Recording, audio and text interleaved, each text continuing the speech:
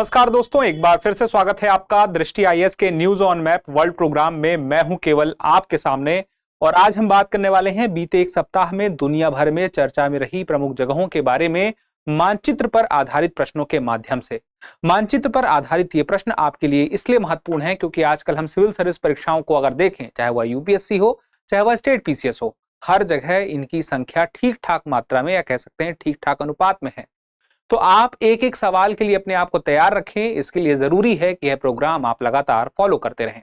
तो आज के सेशन की शुरुआत करते हैं हम। बीते सप्ताह जो हमने आपसे अभ्यास प्रश्न पूछा था, बहुत ही आसान प्रश्न था कि ग्रेट विक्टोरिया मरुस्थल ऑस्ट्रेलिया के पश्चिमी और दक्षिणी हिस्सों में फैला हुआ है, पहला कथन है। फिर दूसरा है ग्रेट विक्टोरिया मरुस्थल में शुष्क और अर्धशुष्क जलवायु है। फिर है यह मरुस्थल केवल दक्षिणी ऑस्ट्रेलिया में स्थित है। अब आपको क्या बताना है कि उपर्युक्त कथनों में से कौन सा या से कथन सही है या है। केवल एक और दो, केवल एक और तीन, केवल दो और तीन या उपरोक्त सभी। अब एक बार इस सवाल को देखिए। पहले स्टेटमेंट में कह रहा है कि ग्रेट विक्टोरिया मरुस्थल ऑस्ट्रेलिया के पश्चिमी और दक्षिणी हिस्सों में है। फिर यह कहता है कि यह मरुस्थल केवल दक्षिणी ऑस्ट्रेलिया में है। अब पहला और तीसरा इनमें से कोई एक ही सही हो सकता है, तो ये डी तो होगा ही नहीं। या तो पहला सही होगा या तो तीसरा सही होगा, दोनों नहीं हो सकते। अब चलिए देखते हैं। ग्रेट विक्टोरिया लेक को अगर आपको देखना है तो पहले ही आप देख लीजिए कि मुख्य जो भाग है ऑस्ट्रेलिया का, जैसे ये वेस्टर्न ऑस्ट्रेलिया है, साउथ ऑस्ट्रेलिया है, नॉर्थ टेरिटरी है, और इसके बाद हम पूर्व में देखें तो अलग अलग स्टेट हमें दिखाई देते हैं। अब यहां पे देखिए, अब ये ग्रेट विक्टोरिया मरुस्थल है। अब ये देखिए, ये साउथ वाला क्षेत्र है, इसके अलावा ये वेस्ट वाला क्षेत्र है। अब स्टेटमेंट देखिए, पश्चिमी और दक्षिणी हिस्सों में फैला हुआ है। इसका मतलब क्या हुआ कि दोनों ही जगह दिखाई देता है, सिर्फ दक्षिणी में नहीं है, तो ये तो गलत हो गया, पहला सही है। और दूसरा वाला कि शुष्क और अर्धशुष्क जलवायु है, तथ्यात्मक रूप से यह जानकारी मरुस्थल के संदर्भ में बिल्कुल ही सही है ऑस्ट्रेलिया के लिए। तो दूसरा सही, पहला सही। जवाब क्या होगा? ए, केवल एक और दो। आसान था। चलिए अब आगे देखते हैं, अगले सवाल की तरफ बढ़ते हैं। निम्नलिखित देशों की अवस्थिति पर विचार कीजिए। अब ये देश जब मैं बोलूं तो आपको अंदाजा लगना चाहिए कि दुनिया के नक्शे पर कहां हो सकते हैं। चलिए, माली, लीबिया, सूडान और चाड। आपको बताना है कौन से देश कर्क रेखा के दोनों ओर विस्तृत हैं। अब देखिए, कुछ देश ऐसे होंगे जैसे कर्क रेखा है और इसके दोनों तरफ उनकी स्थिति बन रही है, कुछ होंगे जो सिर्फ एक ही तरफ होंगे। तो हमें यह देखना है जिनमें दोनों ओर हो। अब देखिए, यहां पे विकल्प है, एक और दो है, दो और तीन है, एक और चार है, और तीन और चार है। चलिए अब यहां पे नक्शे को देखते हैं। ये वो सारे देश आपको दिख जाएंगे, माली दिख जाएगा, चाड दिख जाएगा, सूडान दिख जाएगा और लीबिया दिख जाएगा। कर्क रेखा भी देखनी होगी, तो ये कर्क रेखा है, ट्रॉपिक ऑफ कैंसर, ये यहां पे ऐसे जा रही है। अब आप देखें तो जो लीबिया है यह दोनों तरफ दिखाई देता है, और जो सूडान है वह दक्षिण में है। चार्ट को देखें तो यह भी दक्षिण में ही दिख रहा है। ऐसा लग रहा है कि शायद हो सकता है अगर हम बहुत करीब से देखें, चलिए उसको अलग से देख लेंगे। लेकिन माली तो हमें यहां पे ये देखिए, ये हिस्सा साफ साफ दिखाई देता है कि आगे बढ़ चुका है। तो माली और लीबिया तो हमें साफ साफ समझ में आते हैं जो दोनों तरफ हैं। अब चार्ट को अगर देखें तो चार्ट देखिए, चार्ट के उत्तर से ही कर्क रेखा निकल गई है, इसका मतलब दोनों तरफ नहीं है। स्पष्ट हो गया। तो हमने कौन कौन से देखे? माली और लीबिया दोनों तरफ है। तो उत्तर की तरफ जाएंगे तो हमें माली को भी मानना होगा सही है, और लीबिया को भी मानना होगा कि दोनों तरफ है।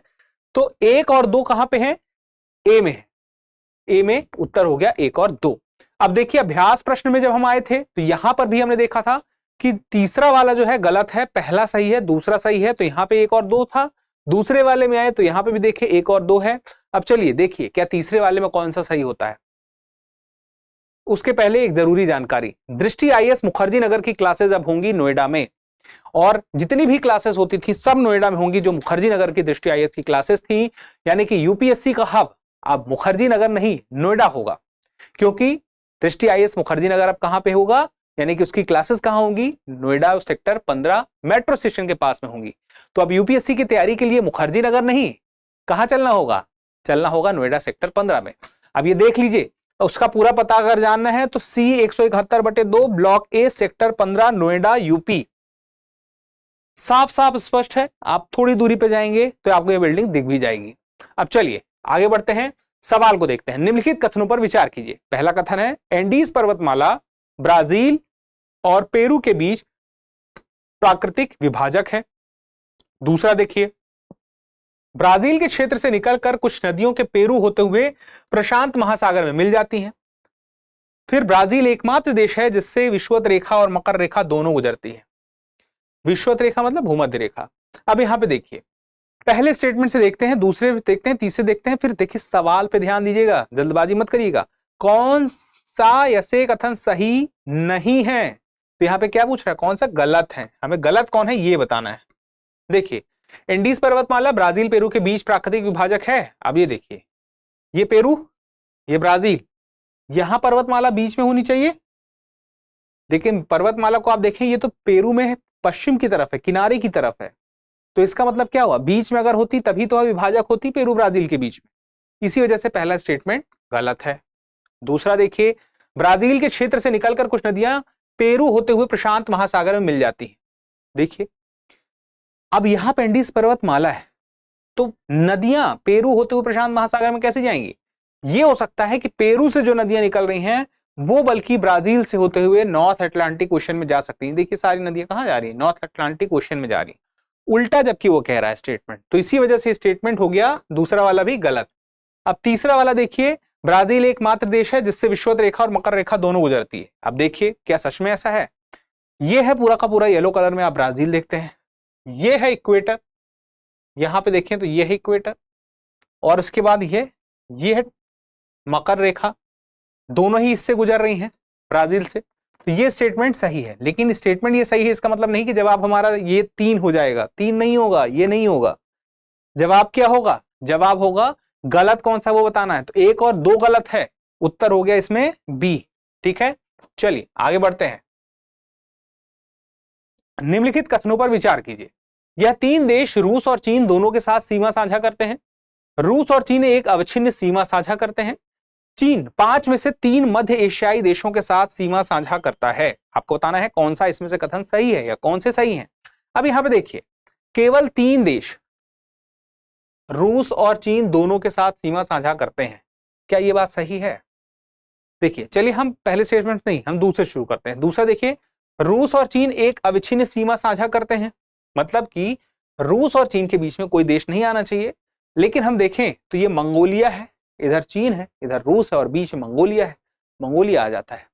तो हम यहां पर कह सकते हैं कि ये गलत है, ये सीधे सीधे दिखाई देता है।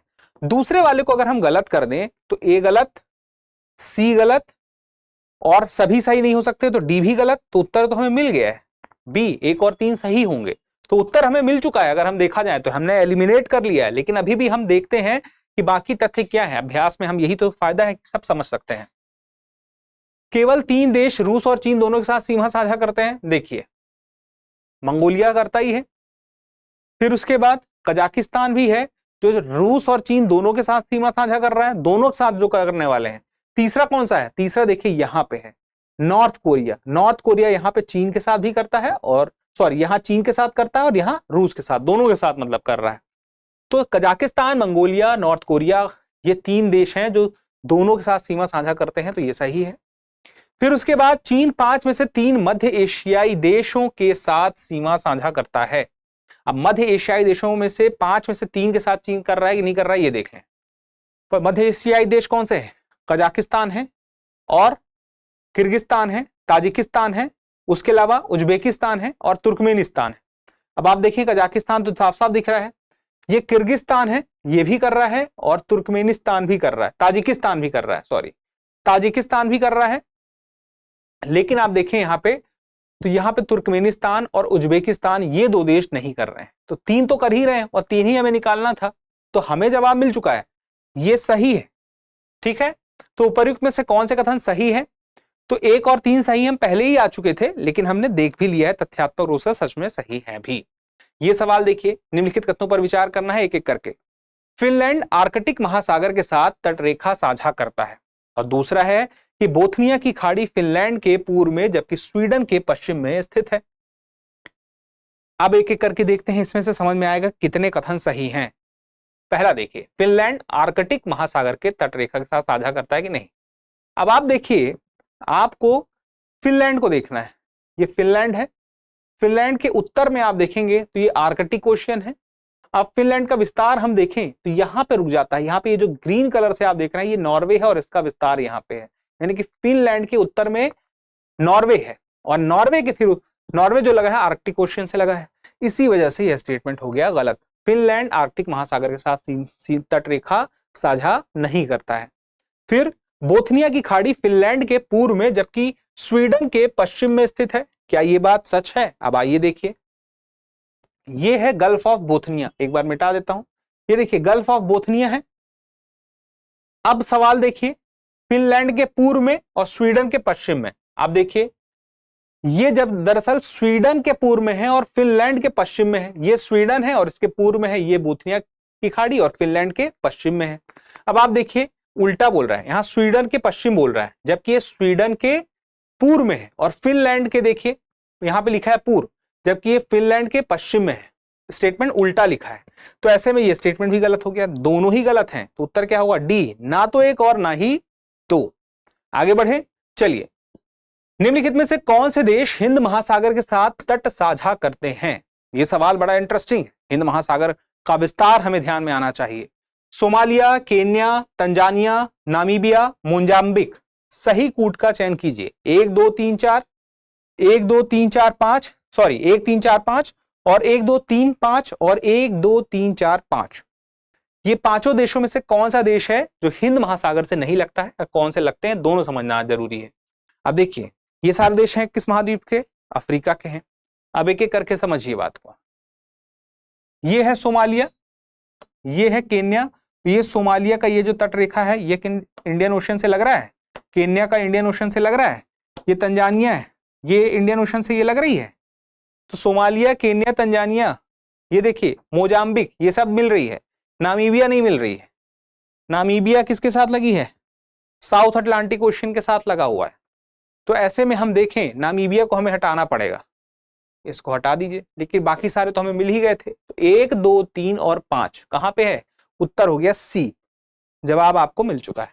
अब आगे बढ़ें, अगला सवाल बहुत इंटरेस्टिंग है। कैरेबियन सागर के किनारे घड़ी की दिशा में चलने पर निम्नलिखित देश या क्षेत्र किस क्रम में आएंगे? अभी आपको पता है प्रधानमंत्री उस दिशा की तरफ गए भी हुए थे, तो अब यहां पे हम कुछ चीजों को समझ लेते हैं। जमैका, हैती, निकारागुआ, होंडुरास, ये 4 देश हैं। अब हमें यहां पे समझना होगा, सही कूट का चयन करना है कि घड़ी की दिशा में चलने पर हमें किस क्रम में कैसे कोई मिलेगा। जमैका, हैती, निकारागुआ और होंडुरास, चलिए देखते हैं। ये यहां पे कैरिबियन देश हैं इस क्षेत्र में। अब पास से देखिए, ये है जमैका, मैं जो मार्क करते जा रहा हूं समझ जाइएगा। अब घड़ी की दिशा में आगे बढ़ते हैं तो ये उसके थोड़ा सा आगे जाएंगे तो हैती। अब घड़ी की दिशा में हमें ऐसे आना है, ठीक है, तो ये आ गया निकारागुआ, और घड़ी की दिशा में थोड़ी सी और आगे बढ़े तो ये आ गया Honduras. Jamaica, Haiti, Nicaragua, Honduras. तो जमैका पहले नंबर पे है, हैती दूसरे नंबर पे है, निकारागुआ तीसरे पे, होंडुरास चौथे नंबर पे। और ये हम जिस तरह से बढ़े हैं, एक बार फिर से देख लीजिए कि हम घड़ी की दिशा में बढ़े, हम ऐसे बढ़े। ये जमैका से शुरू है, थोड़ा सा ऊपर से मार करता हूं, आपको दिखाई देगा। ये है जमैका, फिर आगे बढ़े तो ये है हैती, फिर घड़ी की दिशा में आगे बढ़े तो ये है निकारागुआ, फिर और आगे बढ़े तो ये है होंडुरास। ठीक है, तो हमें जवाब मिल चुका है, इसका जवाब है जमैका, हैती, निकारागुआ, होंडुरास, यही क्रम है 1 2 3 4, यानी कि ए हमारा सही जवाब हो गया। चलिए अब आगे बढ़ते हैं, आज का अभ्यास प्रश्न देख लेते हैं। निम्नलिखित में से किसका संबंध मुख्य भूमि चीन और जापान दोनों से है? फिलीपीन सागर, जापान सागर, पूर्वी चीन सागर, या फिर डी, बी और सी दोनों? तो इस सवाल का जवाब देने का प्रयास जरूर कीजिएगा, क्योंकि जब आप जवाब देते हैं तो हमें और बेहतर करने की प्रेरणा मिलती है। फिलहाल के लिए इतना ही, जल्दी मिलते हैं अगले एपिसोड में, तब तक के लिए स्वस्थ रहें, मस्त रहें, पढ़ते रहें, धन्यवाद। डियर व्यूअर्स, अपने एग्जाम की तैयारी को और बेहतर करने के लिए हमारे चैनल को लाइक, शेयर और सब्सक्राइब करना न भूलें।